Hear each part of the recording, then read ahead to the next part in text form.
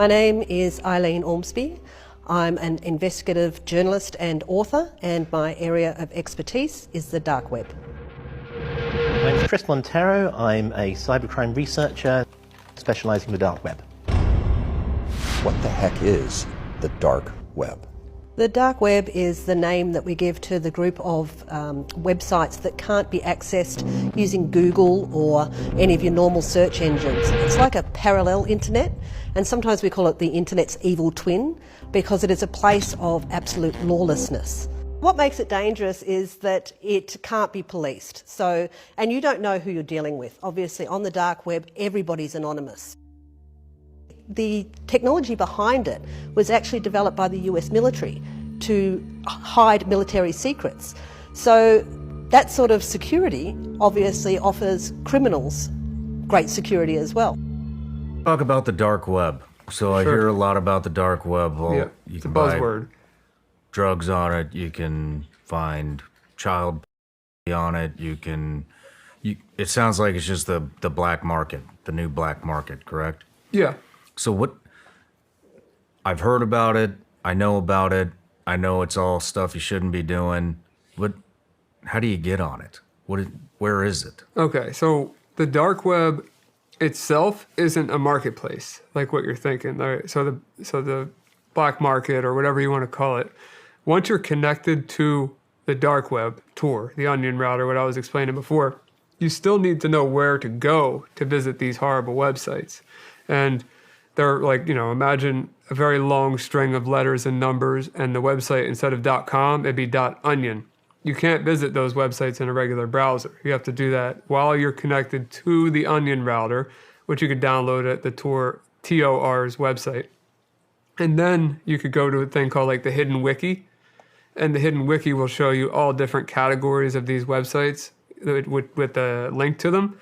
And there's marketplaces, there's horrible things on there, like you said, for kids, and even like murder for hire. There's counterfeit money, there's fake IDs. There are all kinds of different websites that do horrible things. What is the onion router? So the onion router is a tool, an open source project that was created to anonymize your traffic on the internet. And it decentralizes, I believe decentralized would be the word for it, your internet traffic. It keeps you anonymous beyond a VPN. I would still recommend that you use a virtual private network on top of Tor if you want to be anonymous, but it's just a layer of security that's free, and it keeps it's like, for example, let's say you use Comcast for your internet service provider. They could see that you're using Tor, but they can't see what you're looking at. If you use a VPN and then you use Tor, they can only tell you're using a VPN, but they can't tell you're using Tor. So it's just an internet within an internet. So can I check my email through the dark web? Yes, you can go to any website. Would you recommend using the dark web to just do regular? It's slow as hell. Internet stuff. It's very slow. Yeah. Yeah, I mean, you could, and it would keep you safer, but it's not a foolproof way to keep yourself safe, and it's painstakingly slow. Okay. Do you use the dark web? For investigations, yeah. What kind of investigations? For like the predator and pedophile cases, yeah. So are you able to track these guys down from the dark web, even though they're technically anonymous?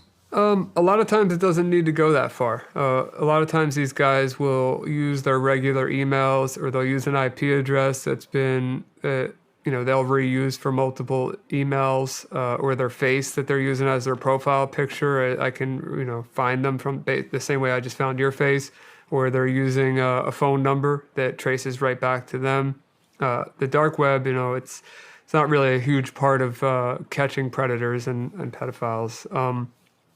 One thing, I guess the only thing on the dark web, quote unquote, I hate that word, but the dark web, quote unquote, that I had access to was when I originally hacked the website that we're going to talk about. They branched out to have not only a website on the clear net, on the regular internet, but their website was mirrored on the dark web. And I had 3 back doors in their system, and it branched out over to the dark web. So I had a backdoor on the dark web too, which was kind of a cool thing to have. So I needed to be connected to Tor, the onion router, to connect to my backdoor. But that was I was only using that backdoor to exfiltrate data every single day, which was just user information, because I didn't want to get their posts or anything. I didn't want to be in possession of anything horrible that they were sending each other. But their user info was enough for us, as I'm sure you'll learn shortly.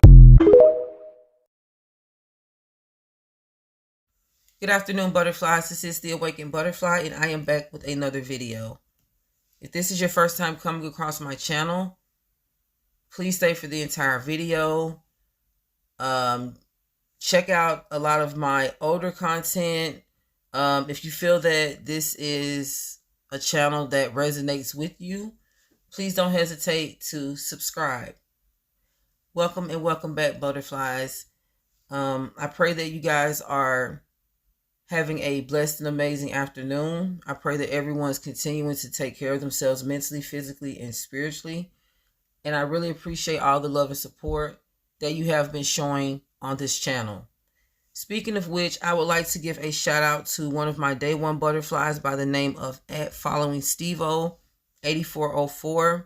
Thank you so much for all of the love and support that you have been showing me since day one on this channel. I would like to also thank you for the topic that you gave me to present today. You gave me this topic a few months ago. You left it down in the comment section, and the Most High led me back to it. So I would just like to thank you for that. And guys, speaking of which, in today's video, as you can tell by the title, I will be talking about the deep and dark web. I will be talking about its association with gangstalking, cyber attacks, and ways to prevent identity theft. And I'm pretty sure that many of you as targeted individuals have experienced situations where your privacy has been invaded. And it is one thing to be publicly harassed, but when people begin to cross boundaries with your personal life, such as gang stalkers participating in noise campaigns, riding past your home, your homes, playing loud music, honking their horns, participating in the color harassment tactic, where you have cars that are riding past you in a specific color pattern. A lot of these color patterns will even match your attire. And this is to play games, with your mentality. With your mental state. This is also a part of an anchoring tactic, which is a fear tactic that they try and put on you with certain objects or certain, color patterns or any other patterns that they feel could cause psychological damage. Or you may also begin to notice personal banking accounts, social media accounts, emails, and other personal accounts has been hacked. You may have some type of, suspicions that you could be a victim of identity theft. Many of you are trying to figure out how gang stalkers are able to locate your new private information after being hacked by cyber criminals in the past. Many gang stalkers are turning to the dark web as their go-to in order to illegally collect targets' personal information.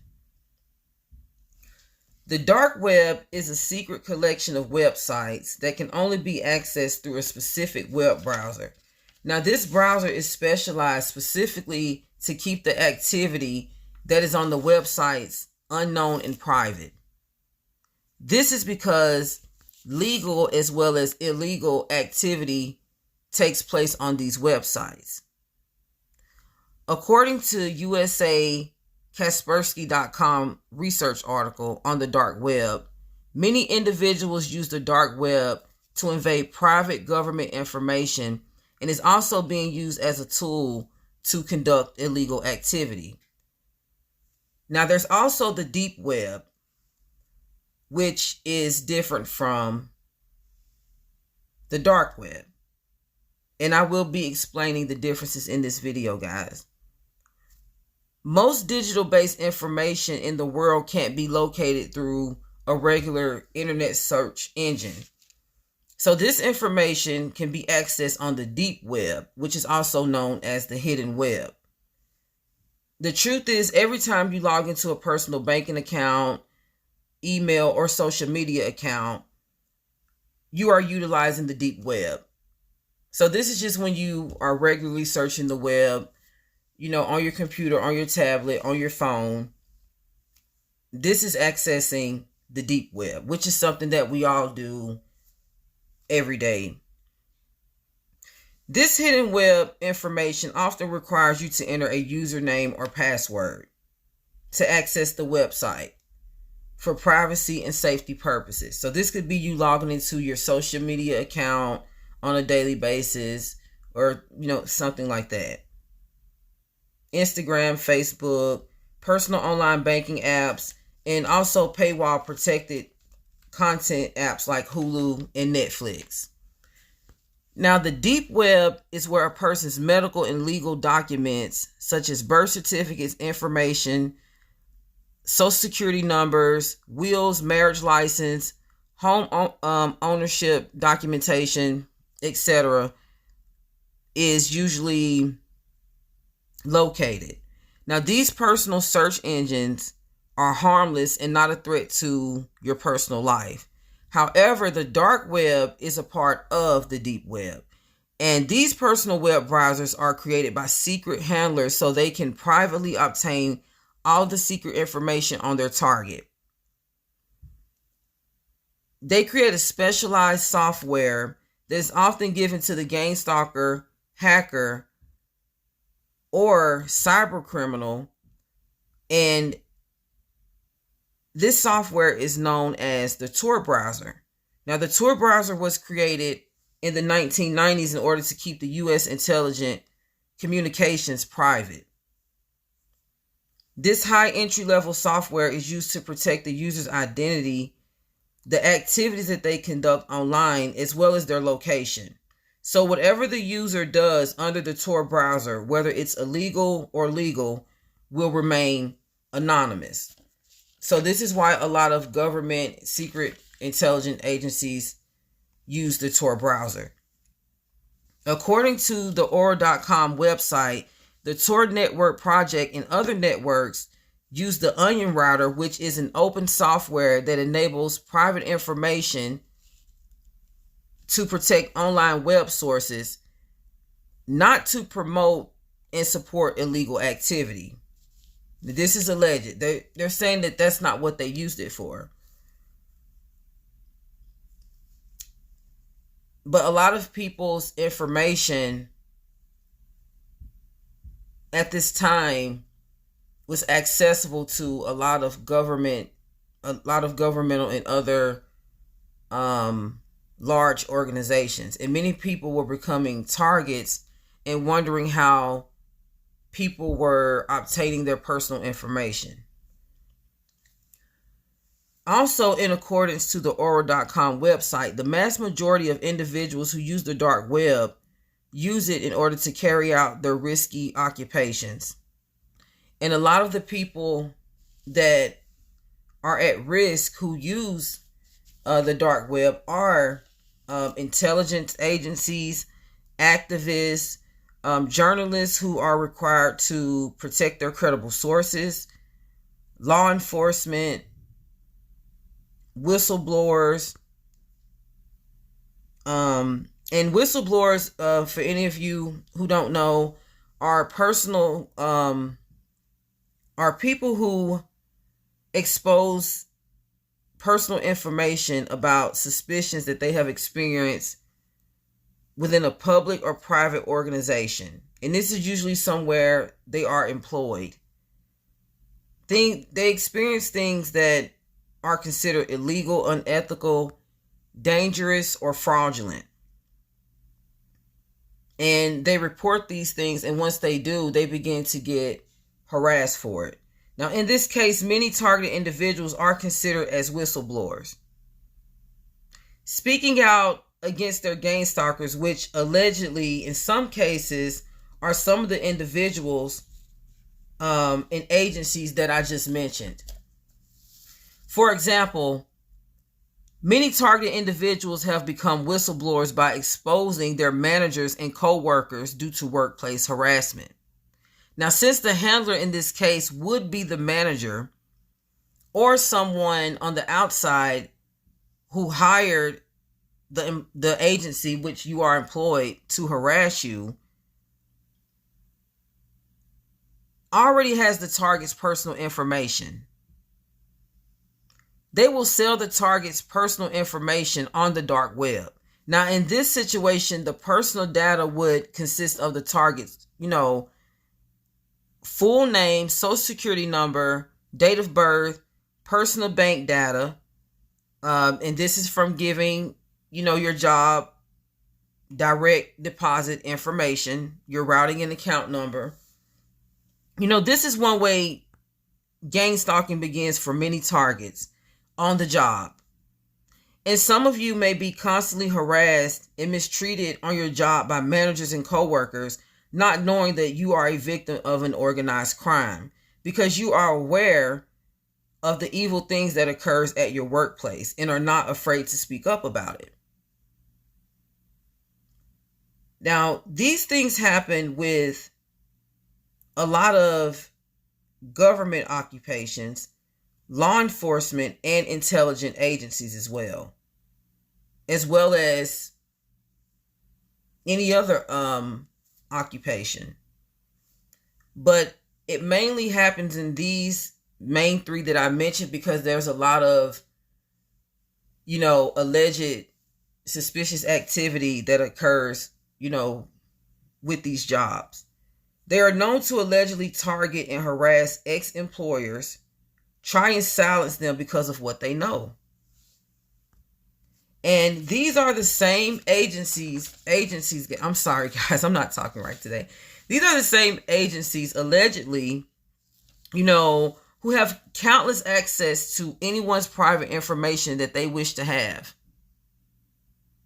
And this personal info is easily accessible to gang stalkers who are hired by crooked handlers to carry out their dirty work, the harassment tactics. And just being honest, even have been hired as hitmen, and they are given this software to collect the image, info, and location of their target. And it is alleged that they also purchased the illegal firearms from the dark web to conduct a lot of their criminal activities.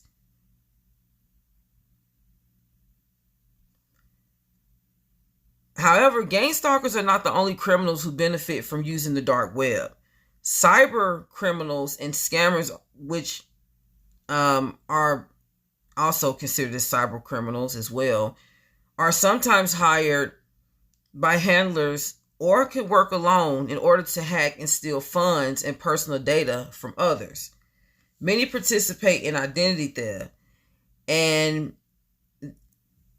I'm pretty sure you all know this, but identity theft is stealing the person's identity through personal data, financial data, like online banking, digital currency, insurance records, their social, date of birth, as well as their full name. Even using their identity by using the person's driver's license or identification. Medical records, guys, are another go-to by cyber criminals. And this is because your medical records includes fingerprints, face images, and medical histories, as well as medical testing results. This is another way how they completely takes on another person's identity. Also through forged information, such as signatures, documents, false license, IDs, passports, etc. Guys, I want to talk about how these cyber attacks lead to framing fraud. A lot of the information that is stolen by handlers, gangstalkers, and cyber criminals is obtained through framing fraud. According to Proof.com, every month, major companies face a data breach. This occurs when cyber criminals illegally breach the personal information of consumers, such as their names, social security numbers, date of birth, and other personal account information. They then use the information to open government organizations, to invest in, for stock investments, etc. Things, even opening illegal banking accounts. Now, these illegal accounts and businesses are used by cyber criminals to commit criminal acts underhandedly, even on the dark web, such as money laundering, scamming, trafficking, and depositing bad checks, as well as other scamming tactics. Creating fake websites, fraudulently taking funds from unaware consumers. Many individuals, especially the ones who are targeted, has reported receiving phone calls, messages on their voicemails, as well as invoices from the IRS and other collection agencies in an attempt to collect a past due balance on an account they never opened. This lands the victim into a situation of proving their innocence for a crime or an unauthorized debt that they never committed or made. Victims find themselves spending a lot of money for court and lawyer fees, in some cases even paying negative debt balances that they never created. Now, if any of you have changed your passwords and other personal data in your phone, and you are still, I'm sorry, I didn't mean to say in your phone, guys. I meant to say if you guys have changed your passwords, usernames, and other personal data, as well as have gotten your phone number changed, and you are still experiencing harassment, you are not going insane. Now, there's two factors that can contribute to this type of harassment. Number one, you could be a victim of a data breach, and this is where a hacker hacked a large company database and stole their consumers' personal information. Now, I'm going to give you some examples of these large companies, and there's many, but just to name a few, and you'll get the idea of the companies that are being data breached. Places like AT&T, T-Mobile, Apple, large banks, credit unions. I even saw a listing on Google where it said Ancestry.com is a large source where they have been a victim of a data breach. Now, being targeted, which is also being a victim of organized crime, the handler could hire, or may be able to do so themselves, perform a data breach on companies that they know you have accounts with. And how they know you have accounts with these companies is through heavy surveillance and monitoring. You may receive personal information. They may receive personal information about you when they are unable to get in contact with you. Or they may also use this as a go-to when you have relocated and they don't know your whereabouts. They don't know your new address. This is also how many gangstalkers are able to locate, monitor, and harass their targets. Now, guys, I want to talk about some ways that you can prevent these things from happening.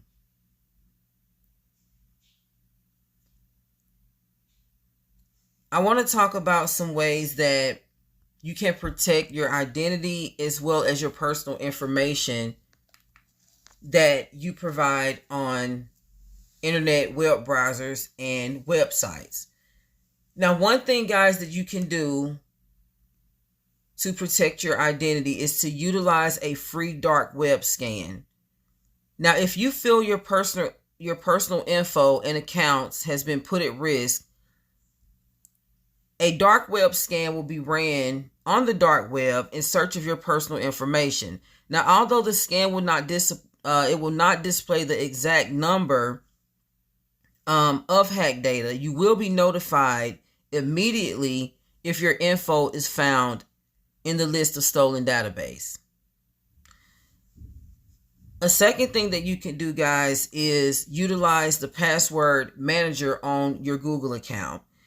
Now, according to electrospecifier.com research article, many victims of cyber attacks use the same username and password for every account that they have. This makes it easier for cyber criminals to hack your accounts. All password accounts should be different, unique, and strong. This way it can't be easily thought of by the hacker. Now, your passwords and usernames should not include your name, close names of family members, or dates of birth or anything like that. Now, the password manager will also create a secure password for you so you won't forget your password, and it will not also be easily accessible by cyber criminals. A third thing that you guys can do is on your Google account, when you utilize your two-step authentication process, make sure you utilize two factors, meaning a password and a fingerprint if you guys have a phone, or when it comes to your accounts such as Google, a username or a password followed by a phone number. Have two factors, to identify yourselves. And this makes it harder for cyber criminals to access your accounts because you have two identity protection factors, instead of one. So it makes it a little harder for them to hack your account. A fourth thing that you guys can do, if you notice that any unauthorized payment transactions or any other forms of illegal activity with your personal accounts are taking place, or you notice someone attempting to log into your email, just close all the accounts, collect evidence, and report identity theft. I feel that this is one way to just go ahead and stop the activity at hand and to go ahead and report it. And I feel that this will eliminate the problem as well as possibly find out who's doing it and, put a stop to the situation. Another thing that you guys can do is to use a VPN. Now, this VPN means virtual private network. This protects your information and other web activity from government, major organizations, and corporations, as well as gangstalkers and cyber criminals. And this is by connecting you to an external server and operating under its IP address. Now, an IP address is an internet protocol, which is an identification number. This means that you can be in one location and operate on the web under an IP address located in an entirely different city, state, or country. Now, this fifth step that I just gave you guys, this is an extra protection, meaning use this method along with the other four methods that I mentioned as an extra layer of protection for your identity, your accounts, everything personal involving you when using the web. Okay, I really hope that this video helped someone. I'm not going to keep you guys too long on this video, but I just had to come in and drop this message because statistics show that millions, even billions of people suffer from identity theft, and many have undergone psychological and emotional issues, you know, trying to prove their innocence, trying to manage their finances after having to spend so much money on legal fees, lawyer fees. Many have even had to pay these debts out of their pockets just to keep from having to face any legal legal actions against them because they were unable to prove their innocence. So the Holy Spirit led me to touch on this topic, and I really hope that this video helps someone. Steve-O, once again, thanks so much for presenting this topic, because I didn't even know that this existed, and I learned a lot from researching this, and I will also be utilizing these steps into my life in order to protect my identity as well. I will also tell about, you know, my loved ones about these methods as well. And I encourage you to tell anyone close to you about these methods also, because there are a lot of cyber attacks that are taking place online. People are attacking others' personal gains, access, information for their own dishonest gains, and the Most High is most certainly against that. Anything gained dishonest is most certainly not brought by the Most High. And it also says so in a verse that I would like to read to you guys that I am trying to find right now. I had found it before I started this video, and I said that I was going to share it with you guys, and I'm trying to find it right now.